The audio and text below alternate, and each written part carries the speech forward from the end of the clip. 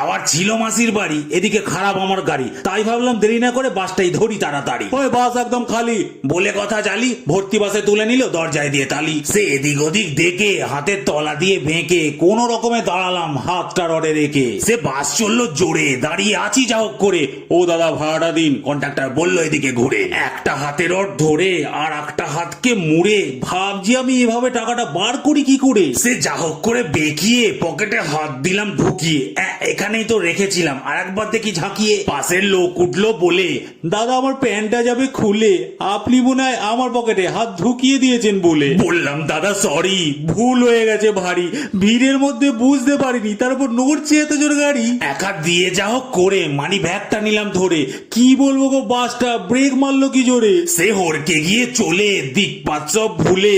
চোখ খুলে দেখি বসে আছি আমি সামনের কাকুর কোলে। সে বলে, ওরে হতো ছাড়া, তোর এত বসার তারা, সামনে স্টপেজেই নেমে যাবো, আর 5টা মিনিট দাঁড়া। বললাম পড়েছি যখন বসে কি আর যাবে এসে, শক্ত করে ধরুন আমায়, ভাড়াটা দিয়ে দি ভালোবেসে।